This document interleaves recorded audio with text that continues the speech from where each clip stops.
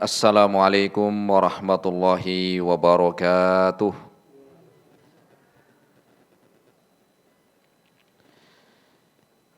Alhamdulillahi rabbil alamin. Wassalatu wassalamu ala rasulillahil amin. Wa ala alihi wa ashabihi wa man tabi'ahum bi ihsanin ila yaumiddin. Amma ba'du. Alhamdulillah, kita bersyukur kepada Allah Subhanahu wa taala di kesempatan sore hari ini. Kita masih diberikan kesehatan, taufik dan hidayahnya. Semoga amal ibadah kita Allah Subhanahu wa taala menerimanya, dan semoga ilmu yang kita dapatkan bisa kita amalkan sebagai bekal untuk menghadap kepada Allahu Rabbul Alamin. Kemudian salawat dan salam kita sampaikan kepada Nabiullah Nabi Muhammad sallallahu alaihi wasallam beserta keluarganya, para sahabatnya dan umatnya sampai hari kiamat nanti. Jamaah rahimani Allah wa iyyakum jami'an. Kita lanjutkan kembali dalam kajian rutin di Balu Bait TV dengan bahasan dari tata cara sholat, di mana pertemuan terakhir kita telah membahas tentang tata cara sujud bagian yang kedua. Kemudian di kesempatan sore hari ini kita akan melanjutkan masih membahas tentang sujud.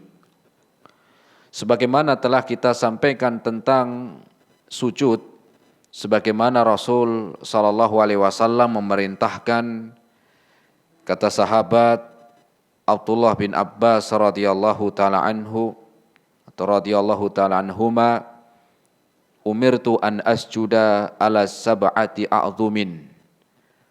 Bahwasanya kita diperintahkan, kata sahabat Abdullah bin Abbas, untuk sujud di atas 7 bagian anggota badan. Yang pertama adalah kening dan juga nyambung dengan hidung. Kemudian kedua, telapak tangan kanan dan kiri. Selanjutnya lutut yang kanan dan yang kiri. Dan yang terakhir adalah jari-jari kaki yang kanan dan yang kiri. Adapun tentang bagaimana keadaan, kondisi, ataupun seperti apa, ya sudah kita sebutkan di pertemuan yang lalu. Adapun sore hari ini kita akan mengkaji beberapa bahasan yang penting di dalam bahasan tentang sujud. Di mana di sana ada pertanyaan, apakah sujud seorang yang sholat antara laki-laki dan perempuan itu sama? Apakah sujudnya laki-laki dan perempuan itu sama di dalam sholat? Maka pada dasarnya seorang yang sholat itu gerakannya, kemudian doanya, posisinya, itu secara asal dasarnya adalah sama. Baik itu laki-laki ataupun perempuan. Dan ini sebagaimana Rasul sallallahu alaihi wasallam menyebutkan di dalam hadisnya. Rasul sallallahu alaihi wasallam bersabda, "Shallu kama ra'aitumuni usolli." Salatlah kalian sebagaimana kalian melihat saya salat. Salatlah kalian dengan mencontoh tata cara salat saya, kata Nabi. Hadis riwayat Imam Bukhari.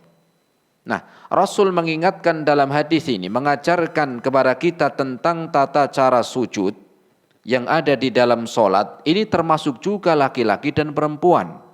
Shallu kama ra'aitumuni usolli. Salatlah kalian dengan mencontoh tata cara saya salat. Maka sabda Nabi ini berkaitan dengan laki-laki dan juga perempuan, mencakup laki-laki dan juga perempuan. Nah, bagaimana sholat Rasul ketika sujud? Maka disebutkan oleh Abdullah bin Buhainah bahwa beliau mengatakan anna Nabiya sallallahu alaihi wasallam kana idza shalla farraja baina yadayhi. Rasul sallallahu alaihi wasallam ketika salat, yaitu ketika sujud, beliau melebarkan tangannya. Ini sudah kita bahas pertemuan yang lalu. Melebarkan tangannya, ya. Hatta yabdu bayadu ibtaihi. Kata sahabat Abdullah ibnu Buhainah, beliau mengatakan sampai terlihat ya putih ketiaknya Nabi. Dua ketiak Rasul ya kelihatan. Ya. Putih ketiaknya Nabi kelihatan. Ini menunjukkan apa? Rasul melebarkan. Ya, melebarkan ketika sujud. Nah, maka perempuan juga secara asal demikian, melebarkan apa? Tangannya. Kemudian Rasul sallallahu alaihi wasallam juga mengatakan dalam hadis yang lain, yang ini disebutkan dalam hadis riwayat Imam Muslim, Rasul sallallahu alaihi wasallam bersabda, "Idza sajadta fadha kaffaika warfa' mirfaqaika." Rasul sallallahu alaihi wasallam bersabda, apabila engkau sujud, maka letakkan kedua telapak tanganmu, kemudian angkat kedua sikumu. Jadi kalau tangannya ini dilebarkan, kemudian sikunya diangkat. Ya, diangkat siku, tangan dilebarkan. Ya. Maka hukum asal di dalam sujud antara laki-laki dan perempuan itu sama. Di dalam melebarkan tangan dan ketika mengangkat siku. Atau ketika merenggangkan dua lututnya. Tetapi di sana memang ada pendapat yang mengatakan bahwa boleh bagi perempuan, bagi wanita, ketika dalam keadaan khawatir tentang auratnya kelihatan, atau ketika di tempat-tempat umum, tempat umum yang di situ banyak laki-laki, atau yang bisa menimbulkan fitnah, godaan. Karena ketika sujud dengan demikian, dengan melebarkan tangan dan mengangkat sikunya, atau juga dengan merenggangkan kedua lututnya atau kakinya, maka di sana ada pendapat ini ketika dalam keadaan khawatir auratnya tersingkap, atau karena keadaan di mana banyaknya laki-laki atau banyak laki-laki di tempat umum, atau karena khawatir mengundang fitnah. Mengundang fitnah. Mengundang fitnah maknanya apa? Godaan laki-laki. Maka di sana dibolehkan bagi perempuan ketika itu untuk tidak melebarkan tangannya. Enggak apa-apa seperti ini, tidak melebarkan, dan sikunya juga boleh menempelkan kemana? Menempelkan ke lambungnya. Begitu. Tadi secara asal Secara asal sama. Laki-laki dan perempuan ketika sholat sama. Rasul mengatakan shollu kama ra'aitumuni usolli. Maka kita sholat sebagaimana Rasul sholat, dan Rasul ketika sujud demikian, melebarkan tangan dan juga mengangkat siku. Tetapi di sana ada pendapat ketika dalam keadaan yang tadi disebutkan bagi perempuan untuk tidak melebarkan kedua tangannya. Untuk tidak melebarkan, ini dibolehkan. Bukan wajib, enggak. Boleh, khawatir tersingkap auratnya atau mengundang fitnah laki-laki, atau juga di tempat umum yang di sana banyak laki-laki boleh. Dan ini yang merapatkan kedua sikunya. Nah, ini dikuatkan juga disebutkan oleh sahabat Abdullah bin Umar, An-Nafi' an Ibni Umar radhiyallahu ta'ala anhuma, dari Nafi, dari Abdullah bin Umar, annahu su'ila kaifa kunna nisa'u yusallina ala ahdi Rasulillah sallallahu alaihi wasallam, pernah suatu ketika Abdullah bin Umar ditanya tentang seorang perempuan atau perempuan ketika sholat pada zaman Rasul. Ya, ketika sholat di zaman Rasul. Maka beliau pun mengatakan, ya ini ketika sujud, ya, posisi ya tangan ketika sujud. Kunna yatarabba'na thumma umirna an yahtafazna.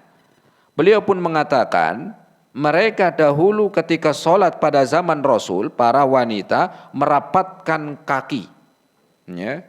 Summa umirna an yahtafazna, dan merapatkan tangannya. Ya. Walaupun ini juga ada yang mengatakan tidak harus ketika di tempat umum, tidak harus ketika lagi ada banyak laki-laki, ya. Walaupun aman juga tidak masalah. Karena ini memang ada sedikit perbedaan, ya. Ada sedikit perbedaan, tapi yang mengatakan ini sahabat yaitu Abdullah bin Umar radhiyallahu taala anhuma. Dan juga dikatakan oleh yang lainnya, ya di antaranya adalah ya disebutkan juga oleh sahabat Abdullah bin Abbas radhiyallahu taala anhuma, beliau mengatakan ketika ditanya tentang sholatnya perempuan ketika sujud, beliau pun mengatakan tajtami'u wa yahtafizu, bahwa ketika itu mereka ya, perempuan merapatkan sikunya, ya, merapatkan sikunya atau juga merapatkan kaki, ya, merapatkan kakinya, ya, pahanya atau lututnya tadi, ya, merapatkan, ya, dan juga mendekatkan, sama ketika tangan juga sama. Boleh, ya, boleh. Jadi ya bisa diamalkan ya semuanya, ya. Walaupun tadi pendapat yang pertama, ya, laki-laki dan perempuan sama, melebarkan ya kedua tangan dan juga mengangkat kedua sikunya. Karena ada pendapat yang lain dari sahabat Abdullah bin Umar, kemudian sahabat Abdullah bin Abbas radhiyallahu taala anhuma, yakni disebutkan oleh Ibnu Abi Syaibah, ya, kemudian juga ya dalam riwayat yang lainnya, yaitu seperti riwayat Imam Abu Hanifah, ya disebutkan bahwa dibolehkan, ya dibolehkan, ya, sehingga kita mengetahui tata cara sholat ini ya luas, banyak banyak ya yang di sana disampaikan oleh para sahabat, ada sedikit perbedaan. Yang penting sujudnya, ya, yang penting sujud. Ya, yang penting sujud. Adapun tadi untuk khusus untuk laki-laki, khusus untuk perempuan, maka di sana dibolehkan.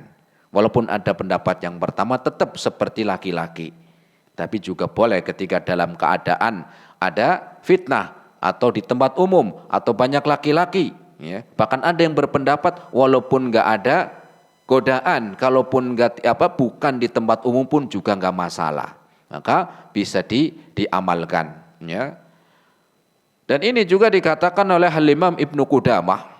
Al-Imam Ibnu Qudamah dalam kitabnya Al-Mughni, beliau mengatakan al-aslu ay yathbuta fi haqqil mar'ati min ahkami sholati ma thabata lirijal. Beliau mengatakan secara asal, hukum asal, ya, bahwasanya seorang perempuan yang sholat, ya, seorang perempuan yang sholat itu sebagaimana sholatnya laki-laki, sebagaimana yang telah tetap sholat untuk laki-laki, ya. Karena Rasul mengatakan shollu kama ra'aitumuni usolli, sholatlah kalian sebagaimana kalian melihat saya sholat. Maka ini juga bisa laki-laki dan perempuan, ya. Kemudian li'annal khitaba yashmaluha ghaira annaha khalafat fi tarki tajafi, ya. Dan ini mencakup laki-laki dan perempuan, walaupun di sana dibolehkan, ya, bagi perempuan untuk untuk tidak melebarkan. Boleh untuk untuk perempuan, untuk wanita boleh tidak melebarkan tangannya dan mengangkat sikunya, ya. Kemudian apa alasannya? Li'annaha aurat, karena yang demikian itu bisa menimbulkan ya fitnah atau nampaknya aurat, atau karena itu aurat, ya. Kemudian fastuhibbalaha jam'u nafsiha liyakuna astarulaha, sehingga dianjurkan atau dibolehkan untuk tidak melebarkan, boleh merapatkan agar lebih tertutup. Agar lebih tertutup. Kalau laki-laki mah ya bebas, tadi jelas kelihatan. Bukan bebas maknanya Pak, ya seperti Rasul mengajarkan. Tetapi perempuan ini ada perbedaan. Boleh, ya bisa diamalkan yang pertama, juga bisa diamalkan yang kedua. Ya, mana yang lebih Yang lebih kuat, ya bisa dua-duanya kuat. Karena yang pertama Rasul langsung mengatakan shollu kama ra'aitumuni usolli. Kemudian pendapat yang keduanya juga boleh karena ini disebutkan oleh sahabat Abdullah bin Umar dan juga Abdullah bin Abbas yang mereka yang hidup pada zaman Rasul sallallahu alaihi wasallam. Naam. Fa innahu la yu'manu ayyabdu minha syai'un halata jafi. Karena dikhawatirkan nampak dari nampak dari auratnya ketika dia mengangkat. Nah begitu, dikhawatirkan. Karena mungkin dulu pakaiannya itu kan mungkin ada walaupun tetap pakaian itu dulu itu ada sedikit perbedaan lah. Tadi Rasul ketika mengangkat mengangkat siku kemudian melebarkan tangan, sahabat Abdullah bin Buhain akan melihat, saya melihat putih ketiaknya Nabi. Ini kan memang kelihatan dulu, sehingga nampak. Karena mungkin dulu pakaiannya enggak kayak begini, yang udah dijahit aman, mau diangkat juga aman, Makanya kalau kita melihat, pendapat yang pertama ini lebih bisa dikatakan bisa diamalkan. Kenapa? Karena lebih aman, lebih aman. Naam. Ini bahasan kita yang pertama yang berkaitan dengan sujud. Berkaitan dengan sujud ada diperbolehkan bagi kaum wanita untuk tidak mengangkat siku dan juga melebarkan tangannya ketika khawatir nampak auratnya ataupun di sana akan menjadi fitnah kaum laki-laki atau mungkin di situ banyak laki-laki di tempat umum. Naam. Kemudian jamaah rahimani Allah wa iyyakum jami'an, bahasan selanjutnya tentang sujud. Bagaimana kalau seandainya ketika sholat pecinya itu menutup, kalau laki-laki ketika sujud kemudian pecinya ini menghalangi langsung menghalangi langsung keningnya itu di mana di lantai. Atau juga seorang wanita ketika sujud terhalang keningnya ini terhalang oleh mukena kalau perempuan ini mukena. Kalau laki-laki peci mungkin karena makainya begini karena mungkin makainya begini.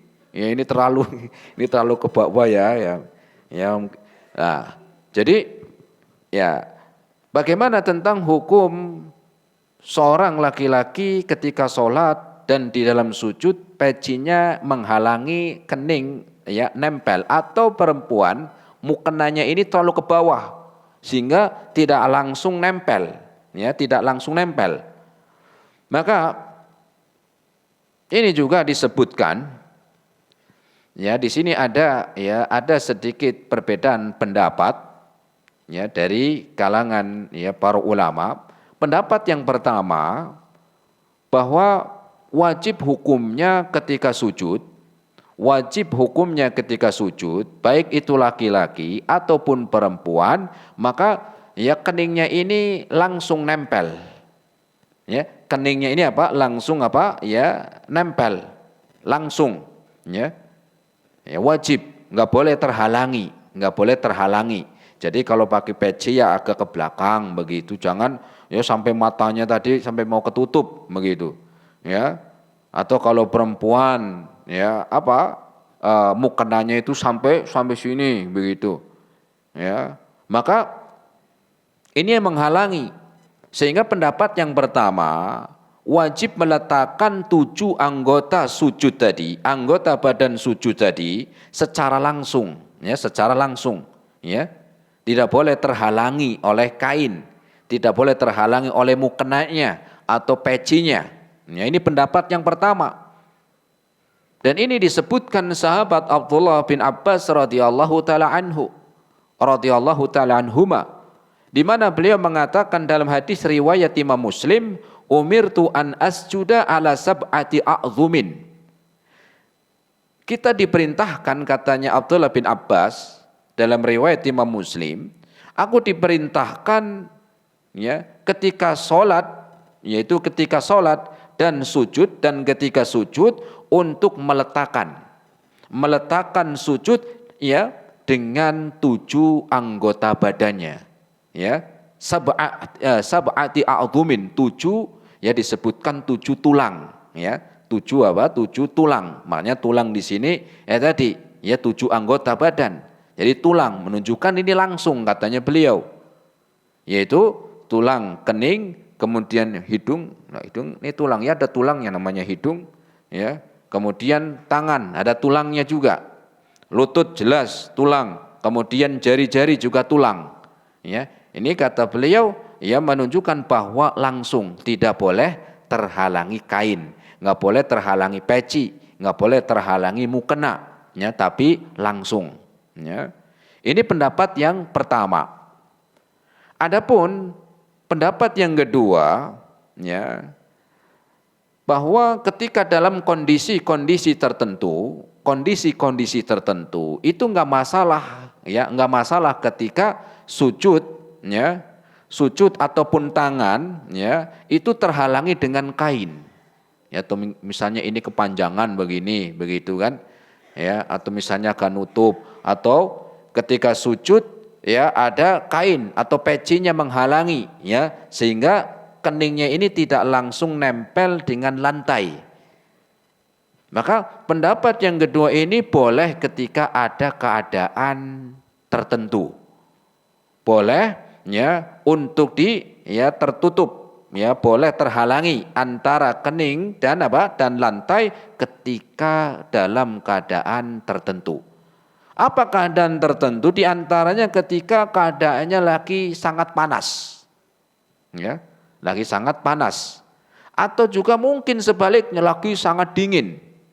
Karena ini dahulu, ya, apalagi di Arab sana, kalau lagi musim panas, panas banget, ya, menyengat.